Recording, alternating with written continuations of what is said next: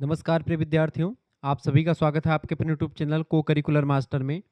आज की वीडियो के माध्यम से हम लोग चर्चा करेंगे social responsibility and community engagement के बारे में।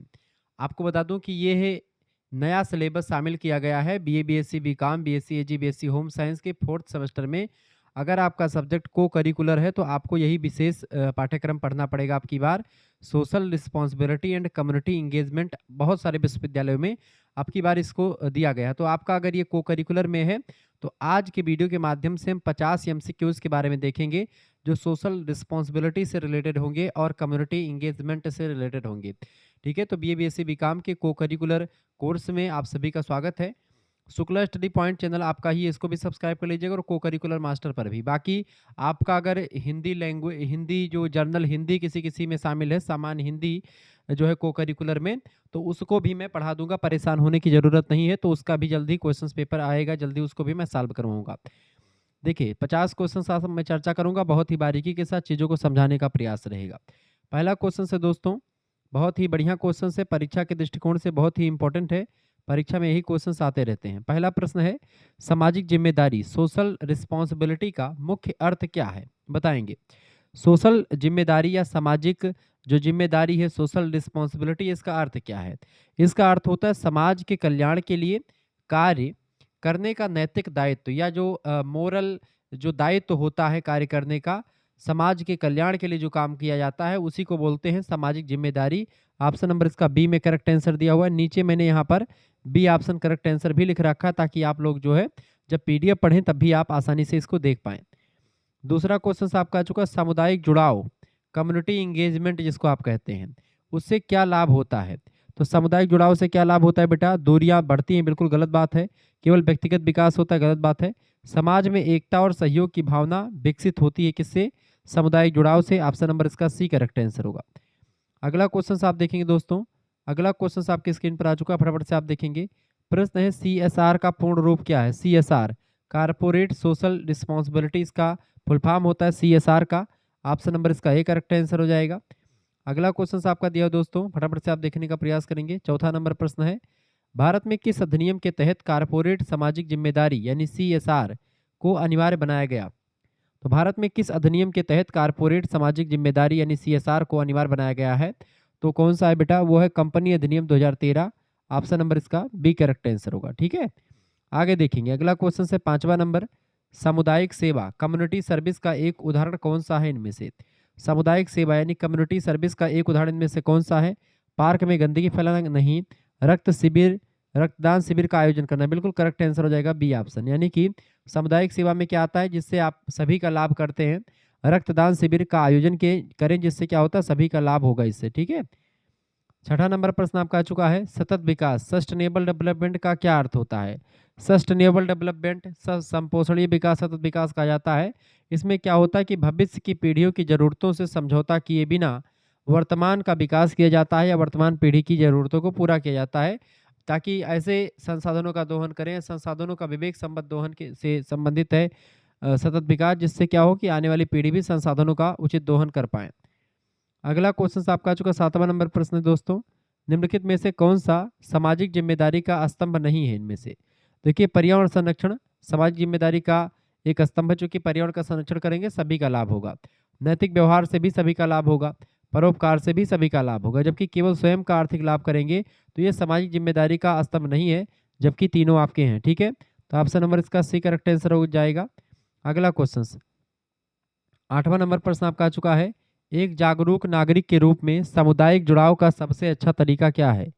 एक जागरूक नागरिक के रूप में सामुदायिक जुड़ाव का सबसे अच्छा तरीका इनमें से क्या होता है।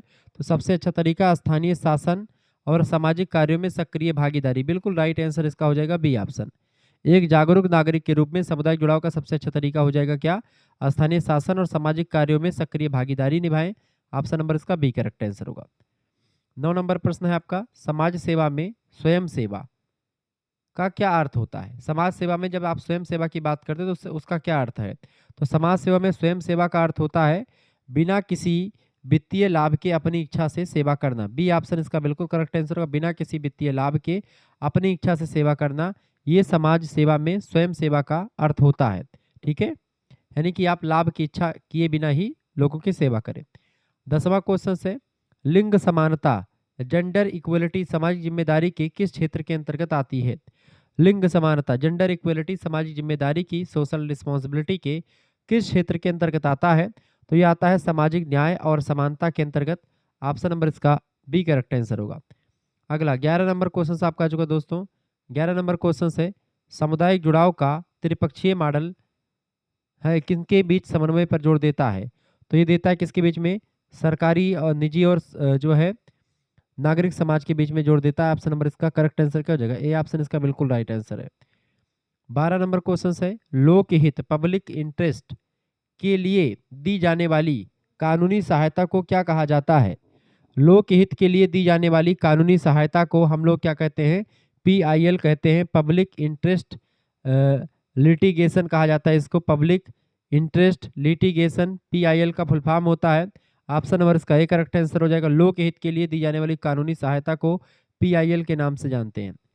13 नंबर प्रश्न है सामुदायिक विकास कार्यक्रम कम्युनिटी डेवलपमेंट प्रोग्राम भारत में किस वर्ष शुरू किया गया था? तो ये भारत में 1952 में शुरू किया गया था। सी ऑप्शन इसका करेक्ट आंसर हो जाएगा। क्या 1952 में सामुदायिक विकास कार्यक्रम की शुरुआत भारत में 1952 ईस्वी में शुरू हुई थी? ये बात आप ध्यान रखेंगे। आगे देखेंगे दोस्तों 14 नंबर प्रश्न आपका आ चुका है सामाजिक न्याय सोशल जस्टिस का मुख्य उद्देश्य क्या है? बताएं। सामाजिक न्याय यानी सोशल जस्टिस का मुख्य उद्देश्य इनमें से क्या है? संसाधनों और अवसरों का समान वितरण। बिल्कुल राइट आंसर हो जाएगा इसका बी ऑप्शन। संसाधनों और अवसरों का समान वितरण ये सामाजिक न्याय का मुख्य उद्देश्य रहा था कि संसाधन और अवसर इनका समान वितरण हो जनता में, सभी लोग इसका लाभ उठा पाए। 15 नंबर क्वेश्चन से चिपको आंदोलन सामाजिक जिम्मेदारी के किस क्षेत्र का एक उत्कृष्ट उदाहरण है? चिपको आंदोलन जो है पर्यावरण संरक्षण से रिलेटेड है। ठीक है, पर्यावरण संरक्षण। चिपको आंदोलन की बात की सुंदरलाल बहुगुणा इसके बड़े फेमस व्यक्ति रहे हैं। चिपको आंदोलन में होता ये था कि पेड़ों को पकड़ करके चिपका लेते थे, मतलब जैसे ताकि पेड़ों को काटा ना जा सके। पर्यावरण को बचाने के लिए ऐसा किया जाता था। 16 नंबर प्रश्न आपका जो का एम्पैथी एम्पैथी यानी सहानुभूति इसको कहते हैं। उसका समुदायिक जुड़ाव में या सामुदायिक जो कम्युनिटी एंगेजमेंट होता है उसमें क्या महत्व है? तो एम्पैथी यानी सहानुभूति का सामुदायिक जुड़ाव में महत्व ये होता है कि दूसरों की भावनाओं और दूसरों की समस्याओं को उनके नज़रिए से समझा जाए। ठीक है, जैसे किसी दूसरे की समस्या तो उस समस्या को हम उस व्यक्ति के नज़रिए समझे जिस व्यक्ति पर ये समस्या आई है, तब उसको हम अच्छे तरीके से समझ पाएंगे। बी ऑप्शन करेक्ट आंसर होगा। अगला क्वेश्चन आप देखेंगे 17 नंबर प्रश्न आपका आ चुका है कारपोरेट सामाजिक उत्तरदायित्व सीएसआर के तहत कंपनियों को अपने शुद्ध लाभ का कितना प्रतिशत खर्च करना होता है? कारपोरेट सामाजिक उत्तरदायित्व सीएसआर के तहत कंपनियों को अपने शुद्ध लाभ का कितना प्रतिशत खर्च करना होता है दोस्तों? तो 2% खर्च करना होता है। ऑप्शन नंबर इसका बी करेक्ट आंसर होगा। 18 नंबर क्वेश्चन से निम्नलिखित में से कौन सा सामुदायिक जुड़ाव का एक डिजिटल माध्यम है? निम्नलिखित में से कौन सा सामुदायिक जुड़ाव का एक डिजिटल माध्यम है? फटाफट से आप बताने का प्रयास करेंगे। निम्नलिखित में से कौन सा सामुदायिक जुड़ाव का एक डिजिटल माध्यम है? तो है आपका सोशल मीडिया अभियान। सोशल मीडिया अभियान के द्वारा क्या होता है? डिजिटल जुड़ाव या सामाजिक जुड़ाव का आप देखते हैं फेसबुक ग्रुप बनता है, व्हाट्सएप ग्रुप बनता है। इसके माध्यम से बहुत सारे लोग इकट्ठा जुड़ते हैं और एक ही विचारधारा को आगे बढ़ाते हैं। तो सोशल मीडिया अभियान जो है एक डिजिटल प्लेटफॉर्म है जिससे लोग जुड़ते हैं। 19 नंबर क्वेश्चन से दोस्तों विश्व पर्यावरण दिवस कब मनाया जाता है जो सामाजिक जिम्मेदारी का एक हिस्सा रहा है? तो विश्व पर्यावरण दिवस मनाया जाता है 5 जून को। ये बात आप ध्यान रखेंगे, ये सामाजिक जिम्मेदारी का एक हिस्सा है। पर्यावरण संरक्षण 5 जून को मनाते हैं। ग्राम सभा का आयोजन सामुदायिक जुड़ाव के किस स्तर को दर्शाता है? ग्राम सभा का आयोजन सामाजिक जुड़ाव यानी सोशल जो एक प्रकार से जो इंगेजमेंट है, कम्युनिटी इंगेजमेंट, वो एक प्रकार से ग्राम सभा का आयोजन समुदायिक जुड़ाव के किस स्तर को दर्शाता है? तो ये दर्शाता स्थानीय और जमीनी स्तर को। ऑप्शन नंबर इसका सी करेक्ट आंसर होगा। 21 नंबर क्वेश्चन है सत्याग्रह की अवधारणा जो सामाजिक जिम्मेदारी का एक रूप है किसके द्वारा दी गई थी? बताएंगे। सत्याग्रह की अवधारणा जो सामाजिक जिम्मेदारी का एक रूप है ये किसके द्वारा दी गई थी? तो ये महात्मा गांधी के द्वारा दी गई है सत्याग्रह की अवधारणा। ऑप्शन नंबर इसका बी करेक्ट आंसर होगा। अगला डिजिटल इंडिया अभियान सामुदायिक जुड़ाव में किस प्रकार सहायक है? डिजिटल इंडिया अभियान सामुदायिक जुड़ाव में जो है ये सूचनाओं तक आसान पहुंच प्रदान करके ऑप्शन नंबर इसका ए करेक्ट आंसर हो जाएगा। 23 नंबर प्रश्न आप देखेंगे दोस्तों। प्रश्न है समाज के कमजोर वर्गों के उत्थान के लिए किया गया कार्य क्या कहलाता है? समाज के कमजोर वर्गों के उत्थान के लिए किया गया कार्य जो होता है इसी को परोपकार कहते हैं। ऑप्शन नंबर इसका बी करेक्ट आंसर होगा, परोपकाराय। परोपकाराय पुण्याय पापाय परपीडनम। ठीक है, आप देखते हैं 4 वेद 6 शास्त्र 18 पुराण में यही बात बताई गई है। अगर आप परोपकार करेंगे तो आपको अच्छा मिलेगा, सुख मिलेगा। पाप करेंगे तो दिक्कत हो, मतलब पीड़ा मिलेगी। सर्वोदय का शाब्दिक अर्थ क्या है? सर्वोदय माने होता है केवल मेरा उदय नहीं, अमीरों का उदय नहीं, सबका उदय, all round development of all. Option number इसका सी करेक्ट आंसर हो जाएगा। 25 नंबर क्वेश्चन है, सामुदायिक जुड़ाव का मुख्य उद्देश्य क्या है? सामुदायिक जुड़ाव, कम्युनिटी इंगेजमेंट का मतलब होता है सामुदायिक जुड़ाव। इसका मुख्य उद्देश्य क्या है? इसका मुख्य उद्देश्य दोस्तों सामाजिक समस्याओं का सामूहिक समाधान खोजा जाए। जो कोई सामाजिक सोशल जो समस्या है उस समस्या का समाधान खोजा जाए और सामूहिक समाधान खोजा जाए, इसी के उद्देश्य से सामुदायिक जुड़ाव किया जाता है। 26 नंबर क्वेश्चन है, वृक्षारोपण अभियान किस प्रकार की जिम्मेदारी का हिस्सा है? फटाफट से आप बताने का प्रयास करेंगे। वृक्षारोपण अभियान किस प्रकार की जिम्मेदारी का हिस्सा है? तो पर्यावरणीय जिम्मेदारी का। ऑप्शन नंबर इसका सी करेक्ट आंसर होगा। 27 नंबर क्वेश्चन है, स्वच्छ भारत अभियान में नागरिकों की भागीदारी किस प्रकार की जिम्मेदारी को दिखाती है? स्वच्छ भारत अभियान में ये हमको क्या दिखाता है? स्वच्छ भारत अभियान नागरिकों की भागीदारी ये दिखाती है बेटा नागरिक जिम्मेदारी, सिविल रिस्पॉन्सिबिलिटी। ऑप्शन नंबर इसका ए करेक्ट आंसर हो जाएगा। ठीक है, 28 नंबर क्वेश्चन है, सामुदायिक जुड़ाव में नेटवर्किंग का क्या अर्थ होता है? सामुदायिक जुड़ाव में नेटवर्किंग का अर्थ होता है क्या? फटाफट से आप बताएंगे। सामुदायिक जुड़ाव में नेटवर्किंग का अर्थ होता है दोस्तों विभिन्न समूहों और व्यक्तियों के बीच संपर्क स्थापित करना। ऑप्शन नंबर इसका बी करेक्ट आंसर हो जाएगा। 29 नंबर क्वेश्चन से दोस्तों, पंचायती राज व्यवस्था का मुख्य आधार क्या है? पंचायती राज व्यवस्था का मुख्य आधार है लोकतांत्रिक विकेंद्रीकरण, डेमोक्रेटिक डिसेंट्रलाइजेशन। लोकतांत्रिक विकेंद्रीकरण मतलब होता है जनता, मतलब कि कई लोगों के हाथ में शासन सत्ता आए। ठीक है, तो पंचायती राज व्यवस्था में क्या होता है? जनता को कई लोगों के हाथों में जाता है। जैसे पंचायत ग्राम स्तर पर ग्राम प्रधान होता है, क्षेत्र स्तर पर ब्लॉक प्रमुख और जिला स्तर पर जिला पंचायत का अध्यक्ष। 30 नंबर क्वेश्चन है, सामाजिक जिम्मेदारी निभाने में सबसे बड़ी बाधा क्या है? सामाजिक जिम्मेदारी निभाने में सबसे बड़ी बाधा होती है उदासीनता की। ठीक है, ऑप्शन नंबर इसका सी करेक्ट आंसर होगा। अगला क्वेश्चन है 31 नंबर प्रश्न है दोस्तों, एक प्रभावी सामुदायिक नेता, एक कम्युनिटी लीडर का सबसे महत्वपूर्ण गुण क्या होता है? सक्रिय श्रवण और सहानुभूति, एक्टिव लिसनिंग सबसे इंपॉर्टेंट है, और इम्पैथी, ये दोनों होता है एक अच्छे प्रभावी सामुदायिक नेता के अंतर्गत। ठीक है, सक्रिय श्रवण और सहानुभूति। 32 नंबर क्वेश्चन से दोस्तों, गांधी जी का ट्रस्टीशिप का सिद्धांत की अवधारणा का मुख्य अर्थ क्या है? उनका मतलब था कि अमीरों को अपनी अतिरिक्त संपत्ति जो उनके उपयोग से ज़्यादा है संपत्ति, यानी जो धनी लोग हैं अपनी उपयोग तक संपत्ति कमाएं, उससे ज़्यादा अगर संपत्ति कमाते हैं तो वो जो है ट्रस्टी मान करके समाज में समाज का हित करें, समाज में उस पैसे का अच्छा उपयोग करें। ये गांधी जी का ट्रस्टीशिप का सिद्धांत था। ऑप्शन नंबर इसका बी करेक्ट आंसर होगा। 33 नंबर क्वेश्चन से, सामुदायिक जुड़ाव में सस्टेनेबिलिटी का क्या अर्थ होता है? कम्युनिटी इंगेजमेंट में सस्टेनेबिलिटी का क्या अर्थ होता है, क्या महत्व होता है? तो इसका महत्व होता है परिवर्तन का दीर्घकालिक और अस्थायी होना। ऑप्शन नंबर इसका बी करेक्ट आंसर होगा। 34 नंबर क्वेश्चन है, सामाजिक जिम्मेदारी के अंतर्गत मानव अधिकारों का सम्मान करना किस श्रेणी में आता है? सामाजिक जिम्मेदारी के अंतर्गत मानव अधिकारों का सम्मान करना किस श्रेणी में आता है? तो किस श्रेणी में? नैतिक श्रेणी में आता है ये, एथिकल रिस्पॉन्सिबिलिटी। ये ऑप्शन करेक्ट आंसर होगा। 35 नंबर क्वेश्चन से दोस्तों, 35 नंबर क्वेश्चन से आप देखेंगे, राष्ट्रीय सेवा योजना एनएसएस, एनएसएस का फुल फॉर्म क्या है? राष्ट्रीय सेवा योजना। ठीक है, नेशनल सर्विस स्कीम कह सकते हैं इसको। इसका मुख्य उद्देश्य क्या है? इसका मुख्य उद्देश्य छात्रों के व्यक्तित्व का सामुदायिक सेवा के माध्यम से विकास किया जाए। ऑप्शन नंबर इसका बी राइट आंसर होगा।